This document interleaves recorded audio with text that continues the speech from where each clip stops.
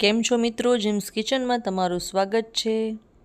આજે મેં બજાર જેવી જ ટેસ્ટફુલ પાઉંભાજીની રેસીપી તમારી માટે લાવી છું, જે જોતાં જ મોઢામાં પાણી આવી જાય અને એકદમ ટેસ્ટી બની હતી। તો આજે આપણે પાઉંભાજીની રેસીપી જોવાની છે। તો આખો વિડીયો જોતા પહેલાં મારા વિડીયોને લાઇક, શેર અને સબસ્ક્રાઈબ કરજો અને સ્કીપ કર્યા વગર જોજો, તો જોવાની ખૂબ જ મજા આવશે અને તમે જ્યારે બનાવો ત્યારે પાઉંભાજી ખૂબ જ સરસ બનશે। આ રીત એકદમ પરફેક્ટ માપ સાથે મેં અહીંયા બનાવી છે। તો ચલો આપણે બનાવવાની શરૂઆત કરીએ। એક કુકરમાં મેં ગાજર અને બટેકા લીધેલા છે। બટેકાની છાલ છે તે કાઢી લીધેલી છે। ગાજરને પણ સારી રીતે સમારી લીધેલા છે।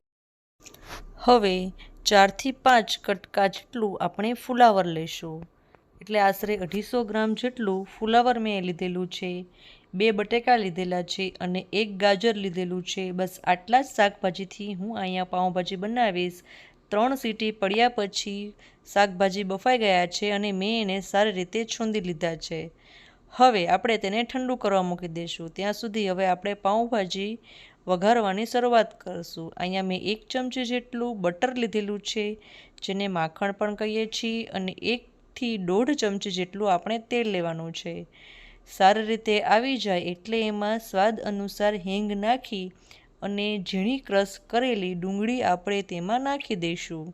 ડુંગળી સારી રીતે સતળાઈ જાય ત્યાં સુધી સતત ચલાવતા રહેવાની છે, જેથી ડુંગળીનું કાચુંપણું નીકળી જાય।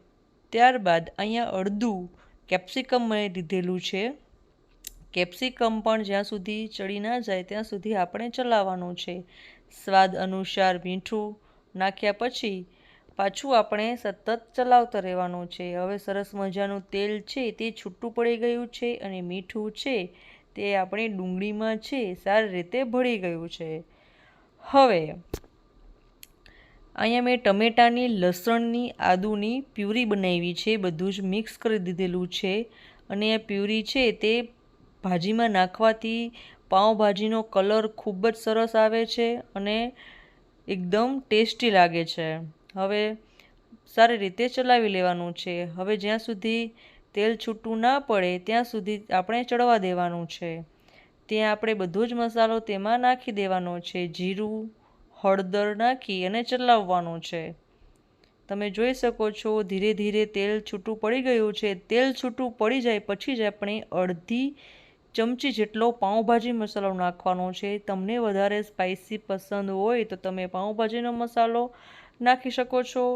તેલ છૂટું પડ્યા પછી જ પાઉંભાજીનો મસાલો નાખવાથી એનો ટેસ્ટ છે તે જળવાઈ રહે છે। અહીંયા બાફેલા વટાણા મેં લીધેલા છે, તમે કાચા વટાણા પણ નાખી શકો છો। બાફેલા વટાણા નાખવાથી પાઉંભાજી છે એકદમ ફરસી અને ટેસ્ટી બને છે।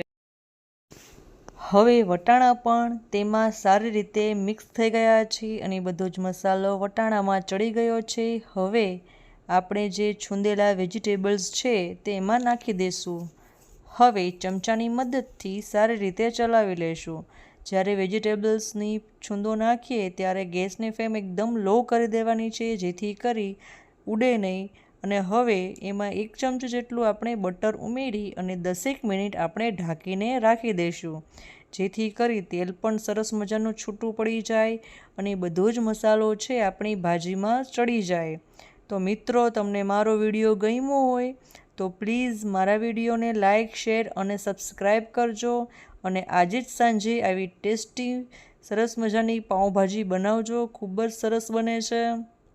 તો હવે 10 મિનિટ આપણે રાહ જોવાની છે। હવે 10 મિનિટ થઈ ગઈ છે અને સરસ મજાનો કલર પણ પકડાઈ ગયો છે, એની ભાજી પણ તૈયાર થઈ ગઈ છે અને કોથમરી નાખી અને આપણે સારી રીતે ગાર્નિશ કરી દઈશું અને ચલાવી લઈશું। તો આપણે સરસ મજાના પાઉં સાથે આ ભાજી મેં સર્વ કરી છે, સાથે ડુંગળીનું કચુંબર છે, પાપડ છે અને થેન્ક યુ જોવા માટે બધાને।